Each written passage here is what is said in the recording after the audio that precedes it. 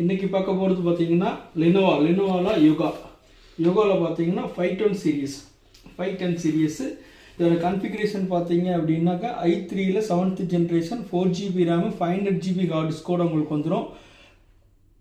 4 ஆக்கிலாம் 500GB SSDக்கு இது போடணும்னா upgrade பண்ணால் எல்லாமே ரேமும் ஹார்ட் டிஸ்க்கும் அப்கிரேட் பண்ணிக்கலாம். அந்த ஆப்ஷனும் உங்களுக்கு இருக்குது.